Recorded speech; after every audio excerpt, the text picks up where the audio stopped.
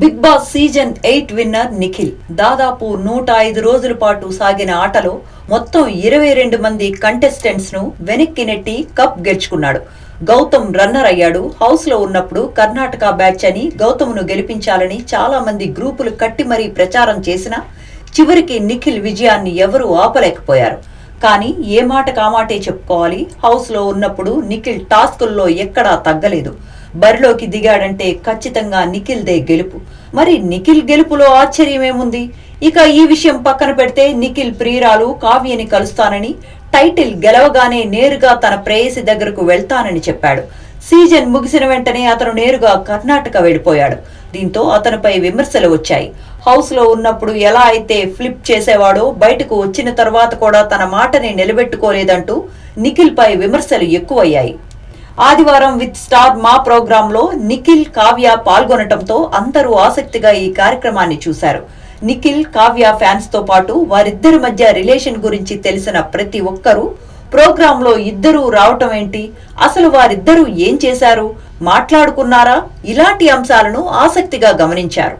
Programme లో ఇద్దరు వేరువేరు టీంలో ఉన్నారు.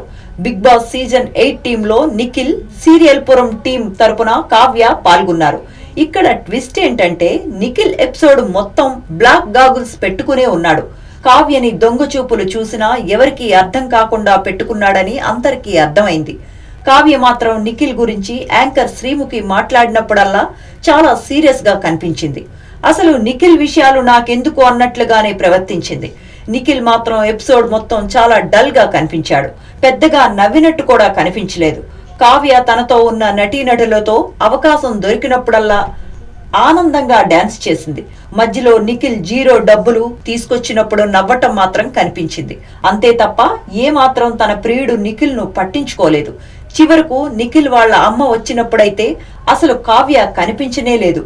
ఇదంతా చూస్తే ఆదివారం విత్ స్టార్ మా ప్రోగ్రాం వాళ్ళు పిలిచినప్పుడే నేను వచ్చినా నిఖిల్ కి సంబంధించిన ప్రశ్నలేవి నన్ను అడగొద్దని చెప్పినట్లుగా అనిపించింది.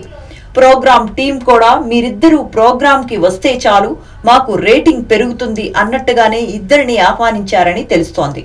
మొత్తానికి నిఖిల్, కావ్య మధ్య ఇంకా దూరం అలానే ఉంది.